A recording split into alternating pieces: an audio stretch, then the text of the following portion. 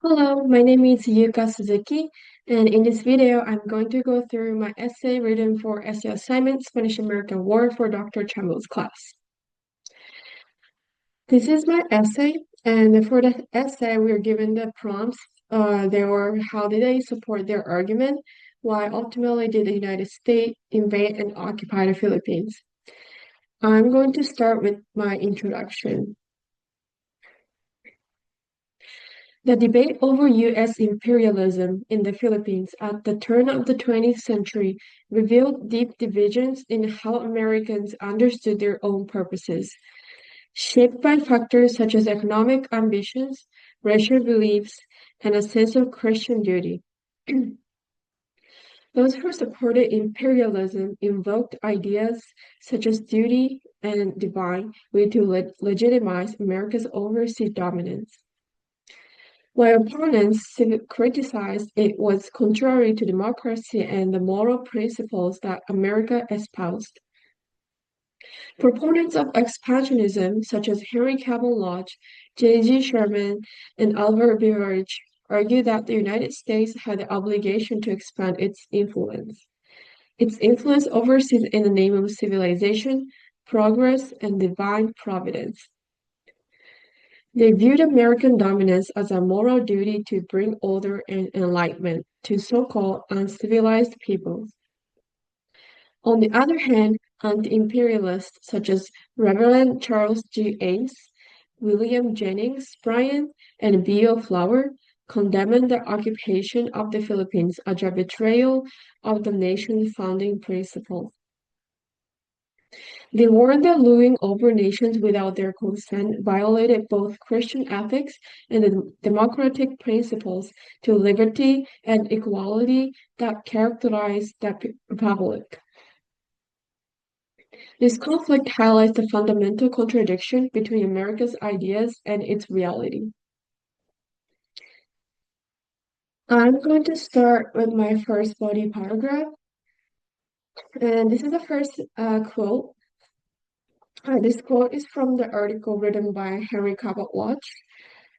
And this quote can be found on the page of his article. As one of the great nations of the world, the United States must not fall out of the line of march. This quote from Henry Cabot Lodge really shows how he thought about America's role in the world even before the Spanish-American War. He believed that strong nations had to keep expanding or they would fall behind. When he said we must not fall out of the line of march, he made that America had to keep moving forward to stay powerful.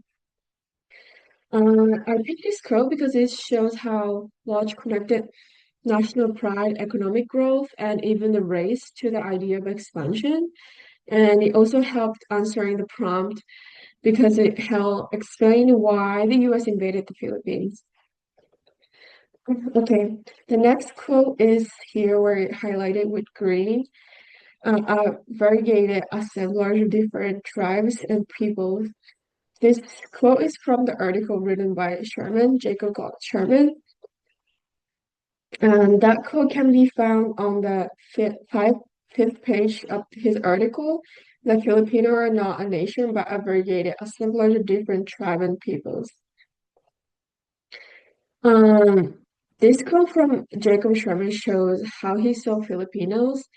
He didn't see them as an equal. He saw them, but as a people who needed America's control. He said that they were too divided and uneducated to govern themselves, so the U.S. had to step in and guide them. I chose this quote because it represents that so-called civilizing mission, and it connects to the prompt because it shows one of the main reasons American gave for occupying the Philippines. They said it was to help, but really it was about the power and control, and that was thus justified by racism. Okay, the next quote is here where I highlighted with blue. First one's Malay children of barbarism. The second one is not of a self-governing race. And third one is chosen people. These quotes are from the article written by Oliver Vivelich, and those quotes can be found on the first page, his chosen people, and second one is on the fourth page, they are not of a self-governing race. The last one is on the page 5, the Malay children of barbarism.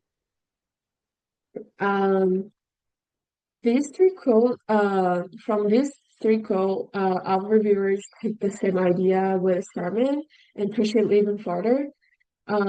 He said Americans are God's chosen people, meant to lead the regenerating the world. He turned imperialism into something holy, almost like a moral mission. At the same time, he called Filipino Malay children of barbarism, and they instead they were capable of self-government. Um, after reading, after comparing Sherman and Viverge's articles, I was able to tell those two thinking are very similar, but Viverge added more religious sense of it. I picked these quotes because they show how Viverge used both religion and race to define imperialism. And Viverge's thinking is, as I said, very similar to Sherman, and it was very interesting to compare those two. And it also ties back to the prompt because it helps explain another reason for the invasion. Many leaders believed it was America's divine duty to rule the civilized other, and even if it means taking away their freedom. Okay, those three lodge Sherman Vivalist or three imperialists, and now we're going to the opposite side, anti-imperialist. And I'm going to start with Ames. Okay, the first quote, this great military nation. This quote is from the article written by Reverend Charles G. Ames. The quote can be found on the second page of his article. We are not to be great. We are to be great military nation. Um, he warned that imperialism would turn America into a great military nation. He thought ruling other by force would destroy democracy and the country's moral foundation. Um, I chose this quote because it shows anti-imperialist side really well, and it connects to the prompt as well because it aims thought taking over the Philippines went against everything America was supposed to stand for. He also believed that it made the U.S. act just like the old empires it once fought to escape.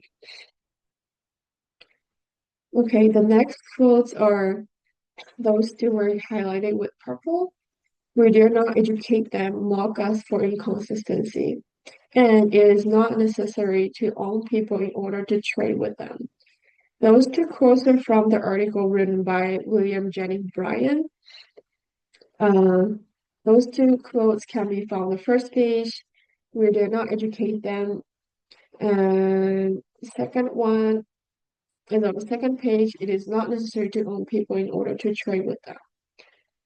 Um, Those two quotes, I was able to tell that he looked at imperialism, thought through more both logic and morality. And when he said we dare not educate them, he was calling out the hypocrisy that if Filipino learned the Declaration of Independence, they would realize America wasn't following it on its own value. And then he said it is not necessary to own people in order to trade with them. Uh, from that quote, I was able to tell that he was pointing out that the empire isn't even needed for business. I chose this quote because they show how Brian argued that imperialism was both immoral and pointless. Okay. The last quotes are these two: water treatment and darkest page in the history of Christian civilization. Those two quotes are from the article written by Beyond Flower, and those two quotes can be found, both of them can be found on the first page of his article. He was his writing takes more emotional approach, and when I was reading his article, it was very shocking because of his the word choice. He describes how U.S. soldiers tortured Filipino using what he called the water cure treatment, and he calls it the darkest page in the history of the Christian civilization. And it was interesting because when he said the darkest page in the history of Christian civilization, from that quote we are able to tell that's the very negative side of it. But when he only mentioned water cure treatment, that doesn't make U.S. Americans' impression bad, negative. It sounds it sounds more positive. Um, I included this quote because it exposed that very dark, negative side truth behind America's climb of spreading civilization. Okay, yeah, we went over six different articles, and the imperialist laud Sherman and Beveridge, and those three saw expansion as a duty and destiny, tied to race, progress, and divine purpose. But on the other hand, the anti-imperialist aims Brian and Flower saw it as a betrayal of freedom. Um, yeah, that's it. Thank you.